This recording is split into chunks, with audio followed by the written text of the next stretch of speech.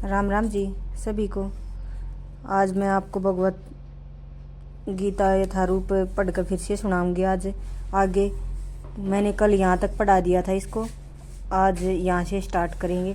गीता को वैदिक ज्ञान की सर्वाधिक पूर्ण प्रस्तुति समझना चाहिए। वैदिक ज्ञान दिव्य स्रोतों से प्राप्त होता है और स्वयं भगवान ने पहला प्रवचन किया था।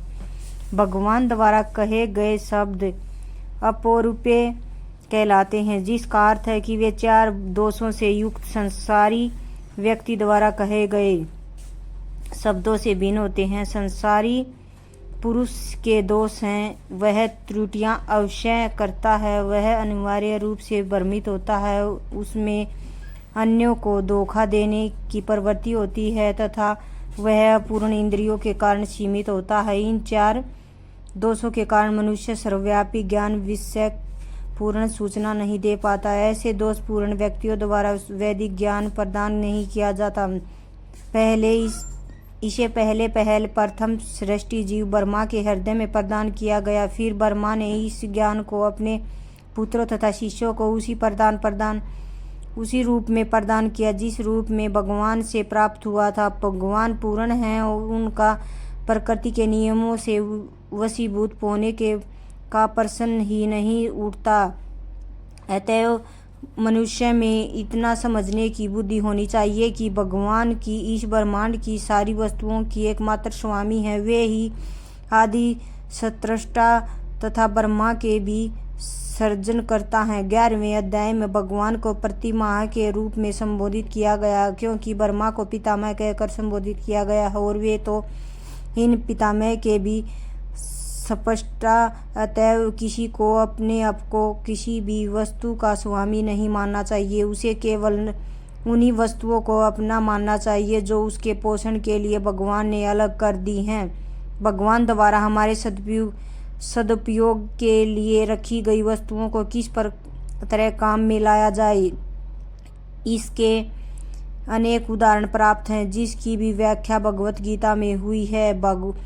प्रारंभ में अर्जुन ने निश्चय किया था कि वह कुरुक्षेत्र के युद्ध में नहीं लड़ेगा, मार कर राज्य का भोग नहीं करेगा। यह निर्णय शरीर पर आधारित था, क्योंकि वह अपने आप को शरीर मान रहा था और आपको अपने भाइयों भतीजों सालों पितामह आदि को अपने शारीरिक संबंध या विस्तार के रूप में ले रहा था। अतएव वह अपनी शारीरिक आवश्यकताओं को तुष्ट करना चाह रहा था। भगवान ने भगवत गीता का प्रवचन इस दृष्टिकोण को बदलने के लिए ही किया है और अंत में अर्जुन भगवान के आदेशानुसार युद्ध करने का निश्चय करते हुए कहता है, करिष्ये वचनम तव, मैं आपके वचन के अनुसार ही कार्य करूँगा।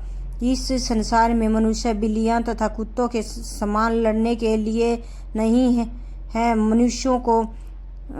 मनुष्य जीवन की महत्ता समझकर सामान्य पशुओं की भांति आचरण करना बंद कर देना चाहिए। मनुष्यों को अपने जीवन के उद्देश्य को समझना चाहिए और इसका निर्देश वैदिक ग्रंथों में दिया गया है। इसका सार भगवत गीता में मिलता है। वैदिक ग्रंथ मनुष्यों के लिए, पशुओं के लिए नहीं। एक पशु दूसरे पशु को वध करे तो कोई पाप नहीं लगता, लेकिन यदि मनुष्य अपनी अभिनियंत्रित स्वादेंद्रिय की तुष्टि के लिए पशु का वध करता है तो वह प्रकृति के नियम को तोड़ने के लिए उत्तरदायी है। भगवत गीता के स्पष्ट रूप में प्रकृति के गुणों के अनुसार 3 प्रकार के कर्मों का उल्लेख है, सात्विक कर्म, राजसिक कर्म तथा तामसिक कर्म। इसी प्रकार आहार के भी 3 भेद हैं, सात्विक आहार, राजसिक आहार, तामसिक आहार। इन सब का विशद वर्णन हुआ है और यदि हम भगवत गीता के उपदेशों का ठीक से उपयोग करें तो हमारा संपूर्ण जीवन शुद्ध हो जाए और अतः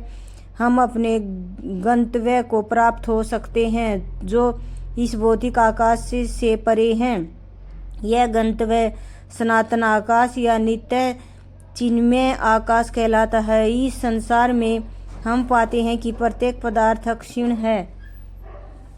अक्षणिक है। यह उत्पन्न होता है, कुछ काल तक रहता है, कुछ गौण वस्तुएं उत्पन्न करता है, अक्षीण होता है और अंत में लुप्त हो जाता है। भौतिक संसार का यही नियम, चाहे हम इस शरीर का दुष्ट या लें या फल का या किसी अन्य वस्तु का, किंतु इस अक्षीण संसार में से परे एक अन्य संसार है जिसके विषय में हमें जानकारी है। उस संसार में अन्य प्रकृति है जो सनातन है। जीव भी सनातन है और 11वें अध्याय में भगवान को भी सनातन बताया गया है। हमारा भगवान के साथ घनिष्ठ संबंध है और चूंकि हम सभी गुणात्मक रूप से एक हैं, सनातन धाम, सनातन ब्रह्मा तथा सनातन जीव, अतएव गीता का सारा अभिप्राय हमारे सनातन धर्म को जागृत करता है जो कि जीव भी शाश्वत व्यक्ति है। हम अस्थायी रूप से विभिन्न कर्मों में लगे रहते हैं, किंतु यदि हम इन अक्षीण कर्मों को त्याग कर परमेश्वर द्वारा प्रस्तावित कर्मों को ग्रहण कर लें तो हमारे ये सारे कर्म शुद्ध हो जाएं। यदि यही शुद्ध जीवन कहलाता। परमेश्वर तथा उनका दिव्य धाम, ये दोनों ही सनातन हैं। जो जीव भी सनातन है, सनातन धाम से परमेश्वर तथा जीव की संयुक्त संगति की ही मानव जीवन की सार्थकता है। भगवान जीवों पर अत्यंत दयालु रहते हैं क्योंकि वे उनके आत्मज हैं। भगवान कृष्ण ने भगवत गीता में घोषित किया है, सर्वयोनिषु यह बीजप्रद पिता, मैं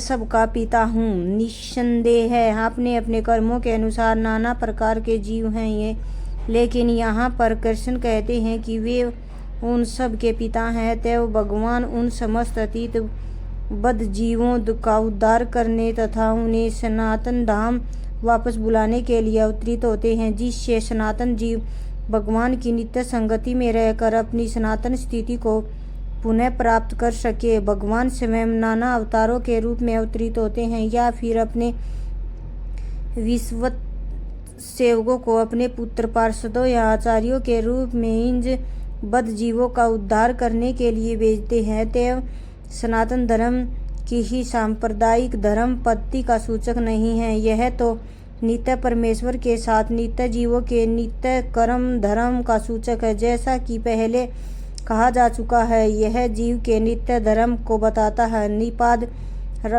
रामानुजाचार्य ने सनातन शब्द की व्याख्या इस प्रकार की है, वह जिसका न आदि और न अंत है। अतएव जब हम सनातन धर्म के विषय में बातें करते हैं तो हमें रामानुजाचार्य के परिणाम के आधार पर यह मान लेना चाहिए कि इसका न आदि है न अंत। अंग्रेजी का रिलीजन शब्द सनातन धर्म से थोड़ा भिन्न है। रिलीजन से विश्वास का भाव सूचित होता है और विश्वास परिवर्तित हो सकता है। किसी को एक विशेष विधि में विश्वास हो सकता है और वह इस विश्वास को बदल कर दूसरा ग्रहण कर सकता है, लेकिन सनातन धर्म उस कर्म का सूचक है जो बदला नहीं जा सकता। उदाहरणार्थ, न तो जल से उसकी तरलता विलग की जा सकती है, न अग्नि से ऊष्मा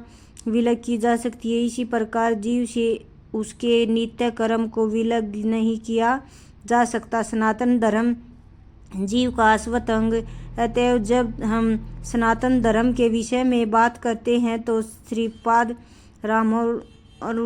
रामानुजाचार्य के प्रमाण को मानना चाहिए कि उसका न तो आदि है न अंत है। जिसका आदि अंत न हो तो वह सांप्रदायिक नहीं हो सकता, क्योंकि उसे किसी सीमा में नहीं बांधा जा सकता। जिनका संबंध किसी संप्रदाय से होगा वे सनातन धर्म को भी सांप्रदायिक मानने की भूल करेंगे। किंतु यदि हम इस विषय पर गंभीरता से विचार करें तो आधुनिक विज्ञान के प्रकाश में सोचे तो हम सहज ही देख सकते हैं कि सनातन धर्म की विश्व के समस्त लोगों का ही नहीं अपितु ब्रह्मांड के समस्त जीवों का है। भले ही सनातन धार्मिक विश्वास का मानव इतिहास के पृष्ठों में कोई आदि हो, लेकिन सनातन धर्म के इतिहास का कोई आदि नहीं होता, क्योंकि यह जीवों के साथ शाश्वत चलता रहता है। जहाँ तक जीवों का संबंध है, प्रमाणिक शास्त्रों का कथन है कि जीव का न तो जन्म होता है न मृत्यु। गीता में कहा गया है कि जीव न तो कभी जन्मता है न भी मरता है, वह शाश्वत तथा अविनाशी है।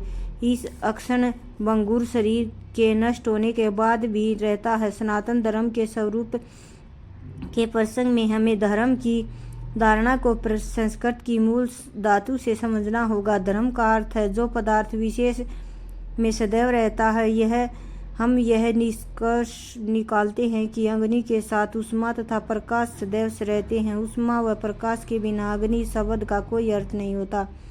इसी प्रकार हमें जीव के उस अनिवार्य अंग को ढूंढना चाहिए जो उसका चीर सहचर है। यह चीर सहचर उसका शाश्वत गुण है और यह शाश्वत गुण ही उसका नित्य धर्म है। जब सनातन गोस्वामी ने भी चैतन्य महाप्रभु से प्रत्येक जीव के स्वरूप के विषय में जिज्ञासा की तो भगवान ने उत्तर दिया कि वे जीव का स्वरूप या स्वाभाविक स्थिति भगवान की सेवा करना। यदि हम महाप्रभु के इस कथन का विश्लेषण करें तो हम देखेंगे कि हम जीव दूसरे जीव की सेवा में निरंतर लगा रहा हुआ है। एक जीव दूसरे जीव की सेवा कई रूपों में करता है। ऐसा करके जीव जीवन का भोग करता है। निम्न पशु मनुष्यों की सेवा करते हैं, जैसे सेवक अपने स्वामी की सेवा करते हैं। एक व्यक्ति अपने स्वामी बै की सेवा करता है और बै अपने स्वामी स की सेवा तथा स अपने स्वामी द की सेवा। इस प्रकार हम देखते हैं कि एक मित्र दूसरे मित्र की सेवा करता है, माता पुत्र की सेवा करती है, माता पुत्र की सेवा करती है, पत्नी पति की सेवा करती है और पति पत्नी की सेवा करता है। राम राम जी सभी को। इस वीडियो में इतना ही। कल फिर मिलेंगे नई वीडियो के साथ। और मेरा प्लीज़ चैनल को लाइक शेयर और सब्सक्राइब, शेयर वीडियो को ज़्यादा से ज़्यादा करना। आपका बहुत बहुत धन्यवाद। आप मेरी वीडियो को देखते हो और इसे इतना पसंद करते हो कि इसे ज़्यादा से ज़्यादा शेयर लाइक ज़रूर करें और कमेंट कर बताएं वीडियो कैसी लगी। कल हम यहाँ से पढ़ेंगे जी इसको, भगवत कथा को। यहाँ पर आगे हैं हम। और आज के लिए सभी को मेरा हाथ जोड़कर राम राम।